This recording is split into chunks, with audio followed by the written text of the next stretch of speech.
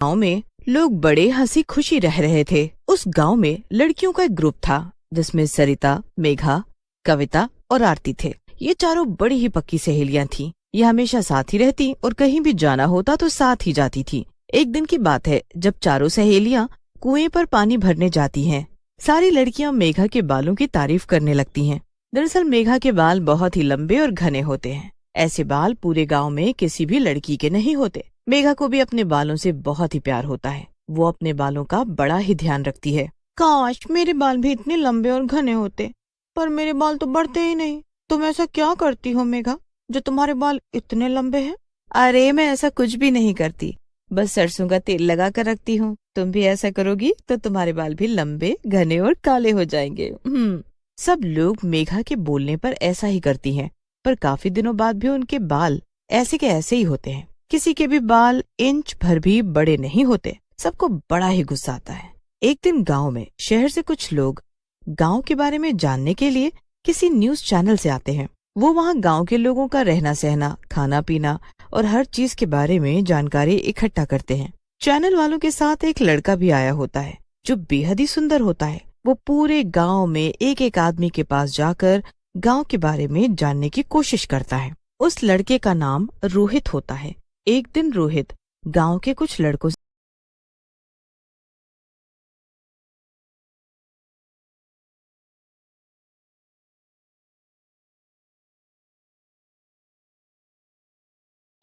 और ये लड़की भी कितनी सुंदर है।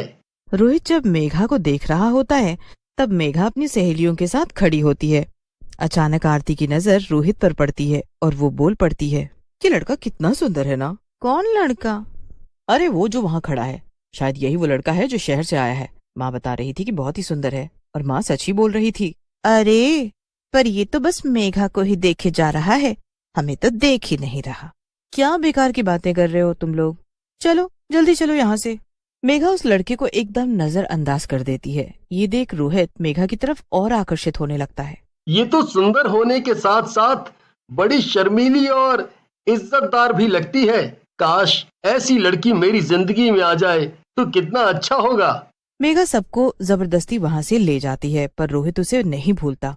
वो अगले दिन उसका पीछा करने लगता है और उससे बात करने की कोशिश करता है, पर मेघा उसकी तरफ देखती भी नहीं है। रोहित फिर मेघा से बात करने के लिए उसकी सहेलियों की मदद लेने की सोचता है। जब मेघा उनके साथ नहीं होती तो वो उनके पास जाता है। सारी लड़कियां बड़ी ही खुश हो जाती हैं।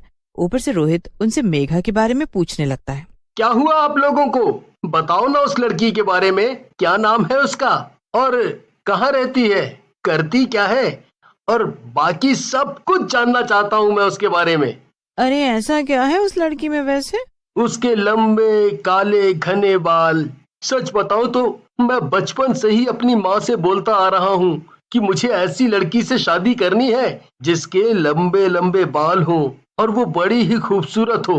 वो अमीर हो या गरीब, उससे मुझे कुछ मतलब नहीं। तो तुम्हें मेघा इतनी पसंद आ गई है क्या? तीनों लड़कियों को बहुत गुस्सा आता है और खासकर आरती को, क्योंकि वो मन ही मन उस लड़के को बहुत ज्यादा पसंद करने लगती है। वो रोहित को मेघा के बारे में कुछ भी नहीं बताती और वहाँ से अजीब सा मुंह बनाकर निकल जाती है। उसके बाद वो मिलकर मेघा की बुराइयां करने लगती है। अरे इसके बाल ना हो गए, हमारे लिए मुसीबत ही हो गए हैं। मन तो करता है इसको गंजा ही कर दूं। हाँ सच में, अब तो मुझे भी इस पर बड़ा ही गुस्सा आने लगा है। मुझसे ज्यादा नहीं आता होगा। एक काम करते हैं, आज रात जब ये आंगन में सो रही होगी तो हम इसके घर जाएंगे। ये रात को हमेशा एक दिया अपने आसपास जलाकर सोती है, तो बस उसी दिए को हमें इसके बालों तक खिसकाना है और फिर हमारा काम हो जाएगा। अरे वाह, क्या कमाल का आइडिया है। इसे सुनकर तो मजा ही आ गया। फिर तो वो लड़का इस गंजी की तरफ देखेगा भी नहीं। कितनी बदसूरत लगेगी ये बिना बालों के। रात को तीनों लड़कियां मेघा के घर जाती हैं। वो चुपके से मेघा को देखती रहती हैं कि मेघा कब सोने के लिए आंगन में आए। कुछ देर बाद मेघा आंगन में दिया जलाकर सो जाती है। बस फिर तभी मौका देखकर आरती उसके पास आती है और दिए को उसके लंबे बालों के पास रख देती है। उसके बाद वो फटाफट वहां से भाग जाती है और दूर से ही सब उसको देखती रहती हैं। कुछ ही मिनटों में मेघा के लंबे लटके हुए बाल दिए की आग को पकड़ लेते हैं। मेघा के बालों में आग लग जाती है और धीरे धीरे वो ऊपर आने लगती है। तीनों लड़कियां दूर से उसे देखकर बड़ी खुश होती हैं, पर आग इतनी ज्यादा बढ़ जाती है कि वो मेघा के पूरे शरीर पर फैल जाती है। मेघा जोर जोर से चिल्लाने लगती और खुद को बचाने के लिए यहाँ वहाँ भागने लगती है। बचाओ बचाओ, कोई तो बचाओ मुझे, मैं जलकर मर जाऊंगी। दूर से लड़कियां उसे ऐसे जलते देखकर घबरा जाती हैं। अरे ये तो जल रही है, अब हम क्या करें? जल्दी भागो यहाँ से, वरना सारा नाम हम पर ही आएगा कि हम इतनी रात को यहाँ क्या कर रही थी। मेघा उनकी आंखों के सामने जल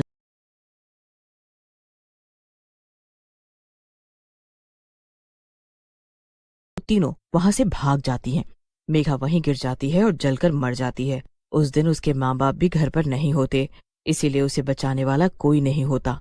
मेघा मरने के बाद चुड़ैल में बदल जाती है, काले लंबे बालों वाली चुड़ैल। आखिर मेरी सहेलियों ने मुझे बचाया क्यों नहीं? क्यों भाग गई वो मुझे जलता देखकर? क्यों वो यहाँ आई थी इतनी रात को, और क्यों वो छुप कर खड़ी थी? जरूर कुछ गड़बड़ है और मैं इसका पता लगा कर रहूंगी। अगली सुबह रोहित वहाँ पूरे चैनल के साथ आ जाता है। तब तक उसके माँ बाप भी घर वापस लौट आते हैं और अपनी बेटी को ऐसे जला देखकर उनसे ये सदमा बर्दाश्त ही नहीं हो रहा होता। उनका रो रो कर बुरा हाल हो रखा होता है।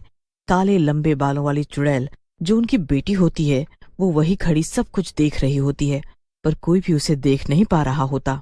वहाँ रोहित भी खड़ा होता है और उसे भी मेघा के मरने का बहुत दुख होता है। ये आत्महत्या है या किसी ने मेघा को मार डाला? मैं इस बात का पता लगा कर रहूंगा। रोहित इस बात का पता लगाने के लिए सबसे पहले उसकी सहेलियों के पास जाता है। सारी सहेलियां झूठ बोल देती हैं कि वो शाम से घर से ही नहीं निकली, और काले लंबे बालों वाली चुड़ैल ये सुनकर हैरान रह जाती है। ये तीनों तो उस वक्त वहीं थी, तो ये झूठ क्यों बोल रही हैं? चुड़ैल उन लड़कियों के पीछे पीछे घूमती रहती है और आखिरकार तीनों लड़कियां उस रात के बारे में बात करने लगती हैं। ये रोहित यहाँ से कब जाएगा? ये तो हमारे पीछे ही पड़ गया है। कहीं से पता न चल जाए कि हम उस मेघा के बाल जलाने गए थे और हमारी वजह से ही वो मर गई। क्या ये तीनों उस रात मेरे बाल जलाने आई थी? ये तीनों मेरे साथ इतना बुरा कैसे कर सकती हैं? इन्होंने ये मेरे साथ अच्छा नहीं किया। मेरे बालों से इन्हें इतनी चिढ़ थी क्या? मैं किसी को नहीं छोड़ूंगी अब। चुड़ैल सबसे पहले अपना बदला लेने का सोच लेती है। रात होते ही वो सबसे पहले कविता के घर जाती है। कविता अपने बिस्तर पर सो रही होती है। चुड़ैल उसके पास आकर खड़ी हो जाती है और चुड़ैल के बाल लहराते हुए कविता के मुंह पर गिरने लगते हैं। कविता परेशान होकर उठ जाती है और अपने सामने एक लंबे बालों वाली चुड़ैल को देखकर चिल्लाने लगती है। चुड़ैल चुड़ैल, बचाओ बचाओ! तुझे मुझसे अब कोई नहीं बचा पाएगा। चुड़ैल अपनी चोटी कविता के गले में लपेट देती है। कविता का दम घुटने लगता है। उसके बाद वो उसे सीधा जमीन पर पटक देती है। उसके बाद उसका हाथ जब अपने ही सर पर जाता है तो उसे महसूस होता है कि उसके सर पर बाल ही नहीं है। नहीं नहीं, मैं गंजी नहीं हो सकती। मैं गंजी कैसे हो गई? नहीं नहीं, ऐसा कैसे हो गया? कविता गंजी हो जाती है और वो शर्म से घर के बाहर भी नहीं निकलती। उसके बाद चुड़ैल सरिता और आरती के घर जाती है। वो उन दोनों के साथ भी बिल्कुल वैसा ही करती है जैसा उसने कविता के साथ किया होता है, और वो उन दोनों को भी गंजा कर देती है। कविता की तरह सरिता और आरती भी सदमे में होती हैं और उनको भी कुछ समझ नहीं आ रहा होता। वो दोनों भी घर के बाहर नहीं निकल रही होती हैं। पर एक दिन रोहित आरती के घर पहुंच जाता है। बाहर निकलो आरती, मुझे सब पता चल चुका है। क्या हुआ? तुम यहाँ क्या कर रहे हो? इल्जाम? इल्जाम नहीं, सबूत है मेरे पास। उस रात मैंने पास के खेत में कैमरा लगाया था ताकि गांव की सुबह रिकॉर्डिंग कर सकूं, पर यहाँ तो कुछ और ही रिकॉर्ड हो गया। पता है क्या? तुम तीनों सहेली मेघा के घर आई और तुमने मेघा के सर के पास दिया रखा और वो जलकर मर गई। उसी वक्त तीनों लड़कियों को इकट्ठा किया जाता है। तीनों को उसी वक्त पुलिस पकड़कर ले जाती है। तीनों कुछ भी नहीं कर पाती। जब